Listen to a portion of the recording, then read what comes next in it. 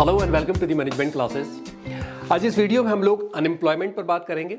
Unemployment और unemployment कितनी तरह का होता है, इन दोनों चीज़ों पर हम बात करेंगे। ठीक है, देखिए जब हम कहते हैं अनएम्प्लॉयड पर्सन तो सबसे पहले ये कि कौन पर्सन है जिसको हम ये कह सके कि अनएम्प्लॉयमेंट है। उसकी डेफिनेशन है कि वो व्यक्ति जो काम करने लायक है, काम कर सकता है, फिट है, ठीक है, और एक्टिवली वो जॉब ढूंढ रहा है लेकिन उसको जॉब नहीं मिल रहा, वो अनएम्प्लॉयड कहलाता है। यानी ये क्यों कहा गया कि वो काम करने लायक है? अगर मान लीजिए कोई काम करने लायक ही बच्चा है छोटा, उसको हम अनएम्प्लॉयड नहीं कह सकते क्योंकि वो तो उसको करना ही नहीं है। एक्टिवली सीकिंग का क्यों कहा गया कि साहब बहुत ज्यादा एक्टिवली जॉब ढूंढ रहा हो, अगर उसको फिक्र ही नहीं, घर पे लेटा हुआ है, तो फिर हम क्यों उसको अनएम्प्लॉयमेंट में ऐड करें। और तीसरी बात, उसको जॉब नहीं मिली हो, यानी उन्होंने ढूंढा, एक्टिवली ढूंढा, लेकिन उसके बावजूद भी जॉब नहीं मिली, ये तीनों चीज आएंगी तो उस पर्सन को हम कहेंगे, उस व्यक्ति को हम कहेंगे अनएम्प्लॉयड। ठीक है, ये इसके अंदर हम उनको भी ले आते हैं जिनको उनके हिसाब से जॉब नहीं मिलता है। यानी जॉब तो मिल गया, एक इंजीनियर है जो बहुत बड़ा इंजीनियर बन सकता है, लेकिन जॉब ना होने की वजह से उसको मजदूरी करनी पड़ रही है, वो आ जाएगा इसके अंदर। ठीक है, और इसको हम मेजर किस चीज से करते हैं? जनरली हम इसको करते हैं अनएम्प्लॉयमेंट रेट से। मैं शॉर्ट ही में लिख रहा हूं इसको, अनएम्प्लॉयमेंट रेट, इससे हम इसको मेजर करते हैं।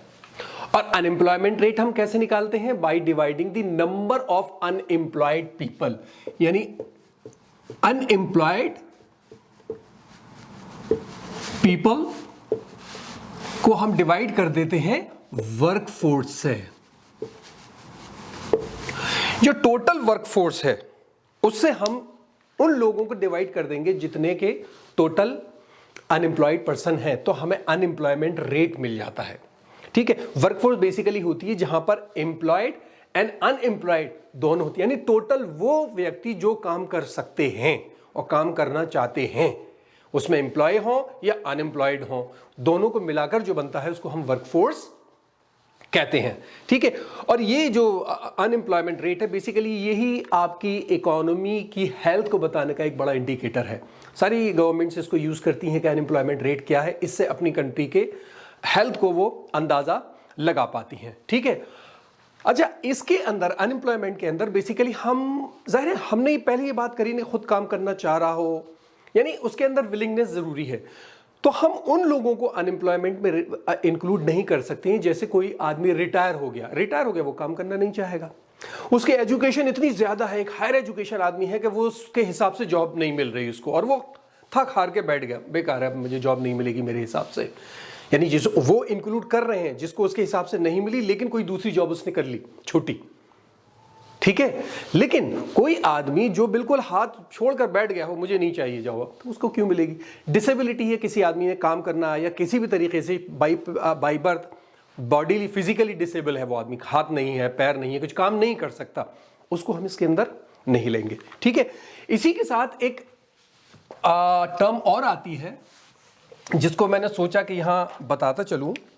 अनएम्प्लॉयमेंट तो होता है, एक वर्ड होता है अंडर एम्प्लॉयमेंट। अंडर एम्प्लॉयमेंट ये क्या होता है? अनएम्प्लॉयमेंट तो समझ में आ गया, अंडर एम्प्लॉयमेंट क्या होता है? अंडर एम्प्लॉयमेंट होता है जब कोई व्यक्ति फुल टाइम पूरा जॉब ढूंढ रहा हो, उसको जॉब मिले लेकिन शॉर्टर पीरियड ऑफ टाइम के लिए मिले, यानी वो परमानेंट जॉब ढूंढ रहा है, उसे जॉब नहीं मिल रही, मजबूरन उसने कोई छोटा सा काम कर लिया, सीजनल काम कर लिया, साहब कटाई हो रही है, मैंने कटाई में कुछ दिन के लिए काम कर लिया, कहीं पर पर्टिकुलर कोई काम हो रहा है एक पर्टिकुलर पीरियड ऑफ टाइम के लिए, उसको ज्वाइन कर लिया फिलहाल, या मुझे पार्ट टाइम जॉब मिल गई, सीजनल वर्कर हो या पार्ट टाइम जॉब सीकर्स हो, ये सारे जो है वो अंडर एम्प्लॉयड में आते हैं। ठीक है, और इसके अंदर हम उन लोगों को भी इंक्लूड करते हैं, यानी जो ये टर्म्स है अंडर एम्प्लॉयमेंट, ये इस बात को बताती है कि इसमें वो लोग भी आ जाते हैं जिनकी ट्रेनिंग या एजुकेशन उनको ओवर क्वालिफाइड कर देती है और उनके हिसाब से काम नहीं मिलता, इसको भी हम अंडर एम्प्लॉयड कहते हैं। ठीक है, अब हम बात करते हैं टाइप्स ऑफ अनएम्प्लॉयमेंट्स।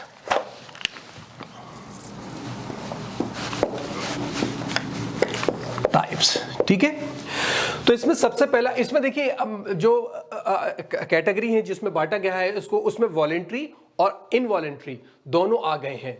और इसमें सबसे पहला है फ्रिक्शनल अनएम्प्लॉयमेंट। फ्रिक्शनल अनएम्प्लॉयमेंट, देखिए फ्रिक्शनल अनएम्प्लॉयमेंट अगर आप इस वर्ड को देखें तो ये अपने आप में बता रहा है कि कोई छोटी चीज है, शॉर्ट पीरियड का है कोई, यानी फ्रिक्शन हम लोग कहते हैं ना, फ्रिक्शन ऑफ सेकंड, छोटा पीरियड, शॉर्ट लाइव्ड, है ना। इसीलिए क्योंकि शॉर्ट होते हैं तो गवर्नमेंट या इकोनॉमिक पॉलिसी मेकर्स के लिए बहुत ज्यादा प्रॉब्लमेटिक नहीं होते, ये इसको जाने देते हैं, हाँ हो जाएगा, ठीक हो जाएगा। होता क्या है, ये क्यों होते हैं शॉर्ट पीरियड? ये वो पीरियड होता है कि जब आदमी कोई एक जॉब छोड़कर दूसरी जॉब को ढूंढ रहा होता है, यानी उसने एक जॉब छोड़ी और दूसरी जॉब को ढूंढने में उसको थोड़ा टाइम लगा, ये पीरियड जो होता है ये कहलाता है फ्रिक्शनल अनएम्प्लॉयमेंट। ठीक है, क्योंकि एक जॉब छोड़कर दूसरी जॉब ढूंढने में कुछ दिन तो लगेंगे, जितने दिन भी वो अनएम्प्लॉयड रहेगा वो फ्रिक्शन हो जाएगा। ठीक है, ग्रेजुएट्स होते हैं, अभी आपने ग्रेजुएशन करी, आपने अभी अपनी डिग्री ली, और डिग्री के बाद आप, जब तक आपने डिग्री ली आप स्टूडेंट हैं, अनएम्प्लॉयड नहीं है, उसके बाद आपने जॉब ढूंढना शुरू किया, उससे फॉर एग्जाम्पल 15 दिन बाद आपको जॉब मिल गया, तो 15 दिन पहले तक आप स्टूडेंट थे, 15 दिन गुजरने के बाद आप जॉब पे आ गए, तो ये जो बीच का 15 दिन है ये शॉर्ट लाइव अनएम्प्लॉयमेंट है और इसको हम फ्रैक्शनल अनएम्प्लॉयमेंट कहते हैं। ठीक है, और ये जो फ्रैक्शनल अनएम्प्लॉयमेंट है ये बेसिकली एक आपको नेचुरल रिजल्ट्स देता है कि प्रोसेसेस टाइम लेते हैं। Process searching a new job एक प्रोसेस है, वो टाइम लेता है। रिक्रूटिंग दी न्यू वर्कर्स ये एक प्रोसेस है, वो टाइम लेता है। या आप ये सोच लीजिए कि किसी वर्क से उसके एम्प्लॉयमेंट यानी matching the right workers to the right job, सही काम पर सही आदमी को लगाना, ये टाइम लेता है। तो ये सारी चीजें जो आती हैं वो फ्रिक्शनल अनएम्प्लॉयमेंट में काउंट की जाती हैं। दूसरा है स्ट्रक्चरल अनएम्प्लॉयमेंट। फिर वही बात मैं कह रहा हूं, देखिए स्ट्रक्चरल जो वर्ड है ये अपने आप बता रहा है कि हम इकोनॉमिक स्ट्रक्चर की बात कर रहे हैं, और जब हम इकोनॉमिक स्ट्रक्चर की बात करेंगे तो हम बात करेंगे टेक्नोलॉजिकल चेंजेस की। यानी स्ट्रक्चर में क्या होता है, हम यही तो है कि प्रोडक्शन कैसे हो रहा है, किस तरीके, क्या स्ट्रक्चर है हमारी इकोनॉमी का, टेक्नोलॉजी कौन सी यूज कर रहे हैं। तो देखिए जब भी नई टेक्नोलॉजी आती है तो कुछ लोग होते हैं जिनको उस टेक्नोलॉजी के बारे में नहीं पता रहता, वो काम नहीं करते हैं और वो वर्कर्स डिस्प्लेस कर दिए जाते हैं क्योंकि उनकी आगे जरूरत नहीं होती है। इस वजह से जो टेक्निकल चेंजेस की वजह से जो अनएम्प्लॉयमेंट होता है उसको हम लोग स्ट्रक्चरल अनएम्प्लॉयमेंट कहते हैं। एग्जाम्पल लीजिए, आप पहले घोड़ा गाड़ी चला करती थी या कह लीजिए जानवरों से हम ट्रांसपोर्टेशन का काम लिया करते थे, लेकिन अब ऑटोमोबाइल्स हैं हमारे पास, है ना, तो वो जानवरों को हमने ऑब्सोलीट कर दिया, अब उनकी जरूरत नहीं है हमें। वो बात अलग है, गाँव में या कहीं तांगे कुछ जगहों पे अब भी चल रहे हैं, बैलगाड़ियाँ चल रही हैं, वो अलग चीज़ है, लेकिन पहले तो सिर्फ यही काम करते थे। अब आपको किसी शादी में जाना है तो आप बैलगाड़ी से थोड़ी जाते हैं, कार से जाते हैं, है ना। ठीक है, उनकी अपनी प्लेस है और ये इनकी अपनी प्लेस है। तो बेसिकली कहने का सिर्फ मतलब ये है कि जो टेक्नोलॉजी होती है वो आपको चेंज कर देती है, आपके सिस्टम को चेंज कर देती है। मैन्युफैक्चरिंग के अंदर पहले सारे काम हाथों से होते थे, लेकिन सब ऑटोमेशन हो गया। अब जो ऑटोमेशन हुआ तो जो काम वो हाथ से लोग कर रहे थे उनको हटा दिया गया, उनकी जरूरत नहीं है कंपनी को। ठीक है, तो होता क्या है, क्योंकि आप जिन आदमियों को आपने रखा है, एक तो अब उतने आदमी की जरूरत नहीं है उस मशीन के लिए, कुछ आदमी चाहिए। दूसरे, उन आदमियों को अगर आप ट्रेनिंग दिलाएंगे तो वो रीट्रेनिंग होगी जो डिफिकल्ट होती है, कॉस्टली होती है और टाइम कंज्यूमिंग होती है। आप क्या करेंगे, आप उनको निकाल के एक स्किल्ड लेबर को, उनकी जगह कुछ स्किल्ड लेबर को जो उस काम को जानते हैं उनको आप अपने यहाँ एम्प्लॉय कर लेंगे। तो बेसिकली ये जो वर्कर्स होते हैं जो स्ट्रक्चरल अनएम्प्लॉयमेंट की वजह से बाहर होते हैं, ये या तो बहुत ज़्यादा एक्सटेंडेड पीरियड ऑफ टाइम के लिए होते हैं, बहुत ज़्यादा टाइम तक रहते हैं जब तक कि कुछ सीख न लें, या फिर होता ये है कि ये लोग बिल्कुल वर्कफोर्स से अपने आप को निकाल लेते हैं कि भाई अब हमें जॉब नहीं मिलेगी। ठीक है, तीसरी बात जो मैं कह रहा हूं कि ये जो दोनों हैं आपके, फ्रिक्शनल और स्ट्रक्चरल, फ्रिक्शनल है होगा, आप उसे नहीं रोकेंगे क्योंकि जॉब आदमी चेंज करेगा, आप कुछ भी कर लीजिए। स्ट्रक्चरल है, टेक्नोलॉजी आएगी और चेंजेस आएंगे। सो इन दोनों से मिलकर जो अनएम्प्लॉयमेंट होता है उसको हम लोग नेचुरल रेट ऑफ अनएम्प्लॉयमेंट कहते हैं। नेचुरल रेट ऑफ अनएम्प्लॉयमेंट, ठीक है। तो अगर हम कहीं बात कर रहे हैं कि साहब वहां पर नेचुरल रेट इतना है, तो इसका मतलब हम फ्रैक्शन और स्ट्रक्चर को मिलाकर दोनों की बात कर रहे हैं। तीसरा आ जाता है साइक्लिकल अनएम्प्लॉयमेंट। साइक्लिकल अनएम्प्लॉयमेंट, देखिए साइक्लिकल वर्ड अपने आप को बता रहा है कोई साइकिल चल रही है। यहां हम किस साइकिल की बात करेंगे? इकोनॉमिक साइकिल, ठीक है। यह पोर्शन क्या कहलाता है? Growth, expansion. तो जाहिर है कोई भी इकोनॉमी जब एक्सपेंशन पीरियड के अंदर होती है, एक्सपेंशन टाइम के अंदर होती है, तो ज्यादा जॉब्स होते हैं उसके पास, ज्यादा डेवलपमेंट हो रहा होता है, ज्यादा फर्म्स लग रही होती है, तो अनएम्प्लॉयमेंट कम हो जाता है। और जैसे ही आप कॉन्ट्रैक्शन के अंदर आते हैं, जैसे ही आप डाउन टर्न्स में आते हैं इकोनॉमी के अंदर, जब डाउन टर्न में आएंगे तो जाहिर है अब इकोनॉमी को लॉसेस हो रहे हैं। इस टाइम में अनएम्प्लॉयमेंट बढ़ जाता है और एम्प्लॉयमेंट घट जाता है। यानी ये जो आपका रिसेशनरी पीरियड होता है इसमें अनएम्प्लॉयमेंट बढ़ता है, और जो आपका ग्रोथ पीरियड होता है इसके अंदर अनएम्प्लॉयमेंट घटता है, ठीक है। और इसका बेसिकली यही की रीजन है जिसकी वजह से हम लोग इकोनॉमिक साइकिल को पढ़ते हैं, अनएम्प्लॉयमेंट वगैरह के सारे को, यानी जो वेरियस पॉलिसी टूल्स हैं इनको हम पढ़ते हैं, ठीक है। चौथा कहलाता है इंस्टीट्यूशनल अनएम्प्लॉयमेंट।